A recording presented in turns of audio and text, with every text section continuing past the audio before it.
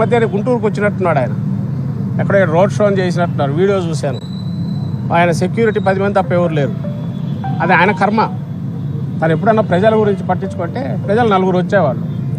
ఈరోజు జగన్మోహన్ రెడ్డి గారు బయటకు వస్తే ఎందుకు వేల మంది వాళ్ళంతటా వాళ్ళు వాలంటరీగా వస్తున్నారంటే అది కూడా పిచ్చితనం. ఇవన్నీ ఆర్గనైజ్డ్ అంటారు. ఎవరన్నా ప్రతిసారి దీన్ని ఆర్గనైజ్ చేసుకునేంత చేయగలరా? చేస్తారా? నాయకుడికి ఆ నాయకుడు అంటే అభిమానంగా లేకపోతే ఇదేం అకేషన్ కాదు, ఎలక్షన్లు కాదు. ఒకవేళ మేము ఆర్గనైజ్ చేసి వేల మందిని తెచ్చుకోవడానికి ఆ పార్టీ ఇంగితం కూడా ఆయనకు రావట్లా. తనకెందుకు రావట్లే అంటే చంద్రబాబు నాయుడు ఎప్పుడు ప్రజల గురించి ఆలోచించేవాడు కాదు. ఆయన వ్యవస్థలను ఎట్లా మేనేజ్ చేయాలో చూసుకున్నాడు, వ్యవస్థలను ఎట్లా మ్యానిపులేట్ చేయాలనే చూసుకొని తద్వారా పవర్లో ఉండేవాడు ఆయన.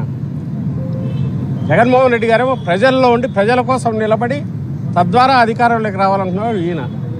ఈ రెండింటి తేడా గమనిస్తే ఆయనకు ఆ స్పృహ వస్తే ఇవి ఆగుతాయి. దీన్ని ఆయన చంద్రబాబు నాయుడు ఇప్పుడు చేస్తున్న చర్యల ద్వారా, ఈ కుట్రల ద్వారా, వీటన్నిటి ద్వారా వైఎస్ఆర్సీపీని అణిచేయాలని చూసుకుంటే ఆయన భ్రమ. జగన్మోహన్ రెడ్డి గారిని ఏదో హద్దుల్లో కట్టడి చేయగలనంటే అది భ్రమ. అది ఆచరణలో కూడా మీ అందరికీ కనపడుతుంది. Thank you.